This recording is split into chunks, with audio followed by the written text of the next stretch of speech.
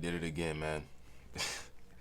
He did it again. I cannot believe the run that Tyrese Haliburton has been on in his playoffs. It is absolutely ridiculous. And I knew all day. I knew all day in the back of my mind this is how game 1 would turn out. I promise you, I knew we were going to have a lead that we were going to be able to sustain and take into the fourth quarter and have a chance to win this game. But the way that the Pacers, if I didn't say it in the video, I said it to my boy Rennie. If we got the Knicks, we was going to handle business pretty easily. If we got the Pacers, it was going to be a battle. And I was prepared for a battle. It was a pretty good game all game, although the Thunder were up as much as 15 in the fourth quarter, numerous 13, 11, 10-point leads, 9-point leads. They led majority of this game, if not all of the game, aside from the first quarter, at points in the first quarter. I knew this is how game 1 would turn out, but I didn't know that it would be determined by coaching. And what I mean by that, obviously, I'm not blaming just putting all the blame on Mark Daigneault or giving all the credit to Rick Carlisle, who ended up forcing Mark Daigneault's hand, excuse me, late in that fourth quarter by making him play small ball and taking Chet Holmgren off the floor, not having Isaiah Hartenstein in the game, who did not start for whatever reason.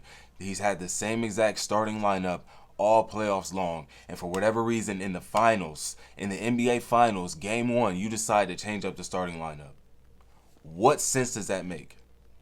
What sense does that make that you change the starting lineup game 1 of the NBA Finals? Now I get it. Last year against New York, Isaiah Hartenstein did not look the greatest against the Indiana Pacers. This is a much different defensive structure of a team in the Oklahoma City Thunder. Not only that, but the way that the Thunder like to play with ball screens and just having another guy that you can try to play make through essentially at the top of the key, like in Isaiah Hartenstein, when the ball is not in Shai Gilgeous-Alexander's hands. Like I said, being our best ball screener and the best offensive rebounder in the game, he's not in the game for more than 17 minutes. I don't understand where the hell Mark Daigneault got this game plan or why he thought this was the best cause of action for us to have a chance to win. But no way in hell are you starting Cason Wallace over Isaiah Hartenstein in the NBA Finals. I love Cason Wallace. He's a great defensive player and he has a lot of promise on the offensive side. But no way in hell am I starting him in the NBA Finals. I'm not. I'm not destroying the chemistry and the camaraderie of what we have built through these, how many games did we play? 13, 15 games throughout this entire playoffs? I'm not destroying that. We played a few more than that. So we had 4, 7, 11, and then 5. Regardless, this lineup has been there the entire postseason. This has been the starting lineup in the regular season. Now, there have been times where we have to change it up and some starters are missing games in the regular season. That's to be expected. And I feel like Daigneault did a great job getting these guys ready for the playoffs. We even saw A.J. Mitchell early in the first half. Why? He came in and what was his production? I don't think anything. He played 4 minutes and got 3 rebounds. Went 0 for 3 from the field. One of the possessions that he was in the game, I remember very vividly, where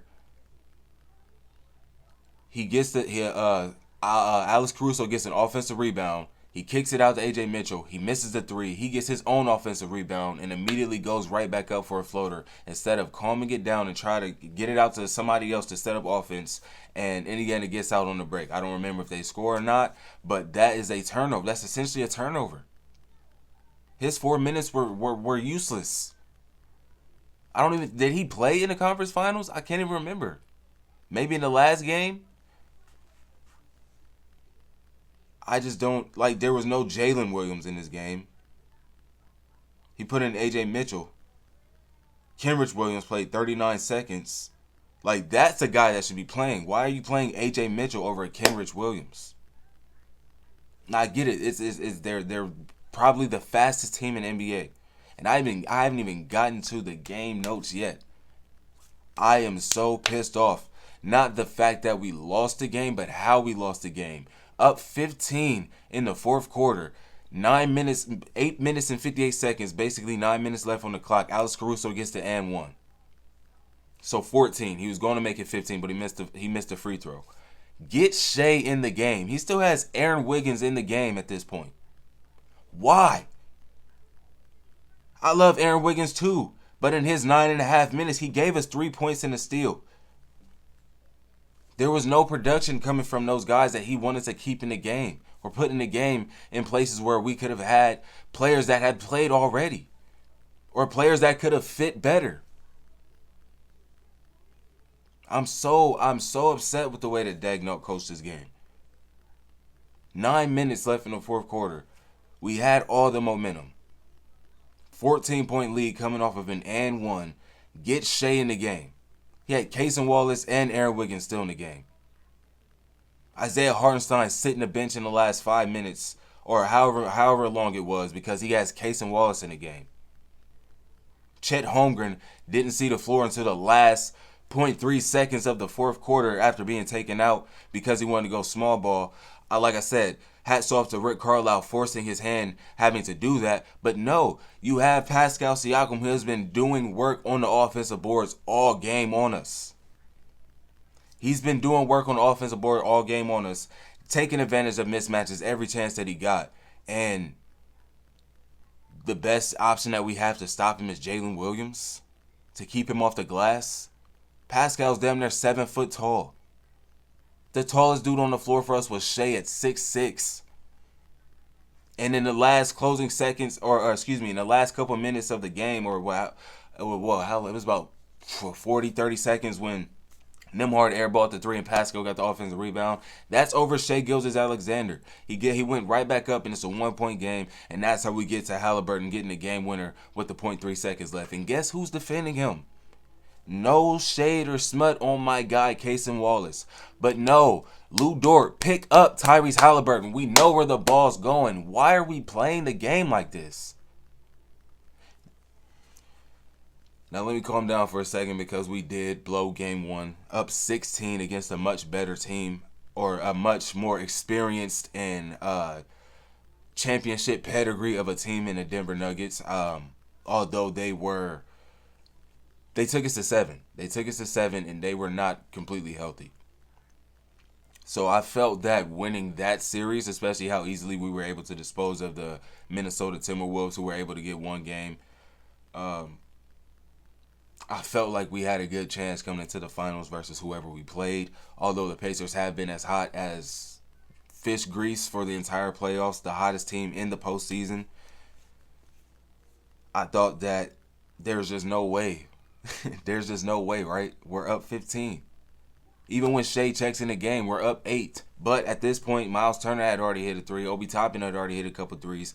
There's the momentum is on their side. And then he wastes the challenge in the third quarter. I'm still on Mark Daigneault. I haven't even gotten to my notes for the game. He wastes the challenge in the third quarter on a pointless play where Isaiah Hartenstein, I wouldn't say it's a clear foul, but it's a foul that we can live with because he does it. He's not in foul trouble. He ended the game with 2, maybe 3 fouls. He wastes the foul, the challenge in the third quarter, where we could have used it in the fourth off of where Shea got the bucket on the fast break, put us up 5 points. It was 110 to 105. He got the bucket on the fast break, and they immediately, the Pacers get the ball out quick. They try to get down the court quick and score. J-Dub tips the ball. I forget from who. It might have been Tyrese Haliburton. It might have been, I don't want to say Nembhard because I feel like he took the ball out, but he tips the ball from somebody, and Caruso, it was Nembhard. Caruso ends up eventually securing the steal, but they call a foul. That's the moment you use it. That's the moment you use your challenge. Not in the third quarter when we have a lead. There's no need for Isaiah Hartenstein to Like, there's no foul trouble involved. Like, there's nothing. I felt the need for him to use that challenge, and that is the moment where I felt that there was just he was just overthinking it. And Caruso early in the game is calling for numerous challenges. Stop this dumb shit, bro. Stop it. Stop. Stop. Oh my gosh, everybody thinks they're not fouling. It's okay. You can pick up a couple fouls. You don't have to wave the finger every time there's a foul call. I'm sick of seeing that shit, bro. Stop it. I could have got this out last night, but I decided to go to sleep in the third quarter after J-Dub got that dunk and about 7 or so minutes left on the clock. We had the momentum. He doing his patented scream, and the crowd is rocking. I literally could barely hold my eyes open, so me trying to analyze this game at that point would not have been great. I'm glad I decided to wake up and watch it this morning, because what the Haliburton, bro, because no way. I'm getting myself angry again. There's no way we lose this game like that. I knew it was going to happen this way. I swear to you, bro. I think of every outcome, every possible outcome that I can. I'm damn near like Doctor Strange when it comes to my brain. I promise you, bro. And I'm not exaggerating or trying to sound cool or like on a different. That's just the way my brain works. I think of so many different outcomes of just life. Everyday life, like that's just how my brain works. And one of the outcomes, it wasn't a mid-range shot. It was him hitting a three or getting to the rim like he did on Giannis. He games us, bro. Shouts out to Tyrese Haliburton, man. He's one of my favorite players. If I have not said it already, it sucks to say it against my favorite team. The fact that he's doing it against my favorite team, but I've liked Tyrese Haliburton. Like I said, I have said it since he was in Sacramento. Just the way he's able to control the game offensively when he knows how to or when to turn it on and go get his basket as opposed to getting his guys involved. I loved the little hockey pass, like it was like damn near full court that he had to Pascal on the fast break, like, and that's another thing, man. Pascal Siakam was just, he didn't have the most explosive game. I think he had 19 points to finish the game. He had 19 and 10, but just absolutely just controlling the game, like just being bigger than everybody. Like just it was amazing to see just how they were able to come together. And I'm looking at the stats right now. The fact that 4 starters on the Pacers combined for 41 rebounds. 4 starters combined for 41 we got killed on the glass. 4 starters combined for 41 rebounds for the Pacers. As a team, OKC had 39 rebounds. A team that turned the ball over 20 times in the first half. We lose this game. I don't even want to get to my notes because they don't even matter at this point. We 13 minutes into the video, 14 minutes into the video. There's no, like, I can get into what I watched and what I saw. It don't matter. It doesn't matter. We lost. A game where a team turned the ball over 20 times in the first half and we are only up 12. Jalen Williams, I don't know what the hell he was on in the first half. He had a much better second half, so I will give him that. But the fact that Daignault had these fucking head-scratching plays or moments coaching in that game last night, being a coach of the year, leading the greatest Oklahoma City Thunder team of all time to this position, you don't make those mistakes, bro. That's overthinking, that's overanalyzing, that's doing too much, man. Now I get it. Starting the game, maybe, because it didn't hurt us too bad. It did not hurt us too bad. I did feel like there were opportunities where we could have cleaned up the glass a lot better. Offensively on the glass, Lou Dort did his thing in the first quarter. I felt like Alex Caruso was working his ass off in the first half on the glass as well. But to see the way that it turned out, that 4 of their starters combined for more rebounds than we had as an entire team, and Chet and Isaiah Hartenstein had limited minutes on the floor together. Chet himself played less than 24 minutes in this game. Why is he so hell-bent on going small against his team? I get it. They're fast. I get it. But we are the best defensive team in the NBA for a reason. It's not because we play small ball. It's because we have double bigs. And if we have to lose a game because we have double bigs, I'd rather see it that way than to lose a game because we have no bigs at all. And I'm gonna just end it like that. I'm gonna end it like that. Let me look through these notes and see if there's anything that even matters for me to talk about, bro. But I don't think so. This is just a fandom and me coming out. Isaiah Hartenstein, 4.5 minutes off the bench in the first quarter. 7 points, 2 rebounds, and a steal. Impactful. 4.5 minutes off the bench in the first quarter. And he had 17 minutes for the entire game. He played 13 minutes after that. Not in foul trouble. Not playing bad. He went 3 of 5 from the field. I'm pissed off, bro. I'm pissed.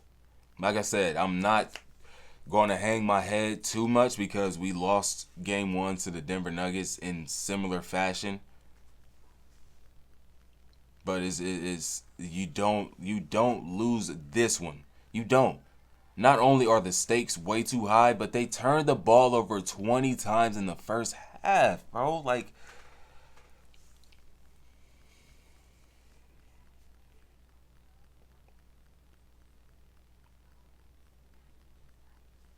they turned it over 20 times in the first half. But their defense, I will give them respect, man. Their defense is right up there with ours. I think they've had the best defense in the playoffs thus far. Obviously OKC losing by 42 to the Minnesota Timberwolves didn't help our defensive rating, whatever you want to call it. But yeah, just shooting 37% in the first half. Shea had 19 points on 18 shots in the first half. Finished the game with 38 points on 30 shots. Like, nobody else is really able to score consistently, especially in the fourth quarter when it mattered the most. Nearly every shot that Shea took in the third quarter, aside from the three to end the quarter, was from the mid range. Like, it was just, we got too comfortable in this game, and yeah, that's the better team won for sure. The better team won for sure. I don't think they're a better team than us. You know, when you just match it all up, but when you actually look at the team that they have over there, and I've been on record saying it numerous times, I feel like they are the most complete team in the NBA right now. But I still don't think they're a better team than us when you just match it all up. But what they get from their players, nearly 7 players last night. TJ McConnell was off by 1 point. Nearly 7 players last night in double figures. I think for the regular season, they had 8 players averaging in double figures for them. So, just a hell of a game for Indiana. Never gave up in the fourth quarter. Obi Toppin and Miles Turner were literally like the most intricate pieces of that comeback, just doing exactly what they needed to do, hitting shots from outside, timely, all game, just all game. Whether they were down 8 points, 9 points, 12 points, just all game. Everybody, Neesmith, Nembhard, even TJ McConnell hit himself a 3. Pascal Siakam got in on a 3-point party. Like, everybody that got in the game, I felt like. Even Thomas Bryant hit a corner 3, a really, really clutch corner 3 after Lou Dort hit one. I think Obi Toppin hit one, Lou Dort hit one, and then Thomas Bryant came back and hit one. It was just like every time it felt like the Thunder were going to or were trying to pull away, Indiana was like, no, they tightened up that grip and held on, and it clearly worked out for them. Hell of a game for Indiana. Hats off to them. They played their ass off, and we just got to run it back game 2 and see what Mark Daigneault decides to do. Because honestly, I felt like, yeah, nobody could shoot the ball in this game for OKC. Like I said, especially when it mattered in the fourth quarter, the only person that could score was Shai Gilgeous-Alexander. J-Dub, he had a solid third quarter, but in the fourth quarter, he had some questionable plays. And the way he started off the game so poorly shooting the ball. He was never really able to get his full momentum or rhythm in his shot. So, we just got to come back game 2 and see what happens. But yeah, with that being said, I got to go ahead and get ready for work. As always, we enjoy basketball around here, regardless of the outcome. Of course, I want my team to win, but I just love seeing great basketball. And that was a great fucking basketball game. Anybody that's out there talking about the ratings or the worst NBA finals or this or that, small market this, small, shut the hell up. Enjoy basketball, bro. Please. It is the NBA finals. The two best teams this year. In any year, regardless of injuries, the two best teams make it to this point. You don't make it to this point by luck. Not complete luck. Yeah, you can have some injuries here and injuries there. Whatever.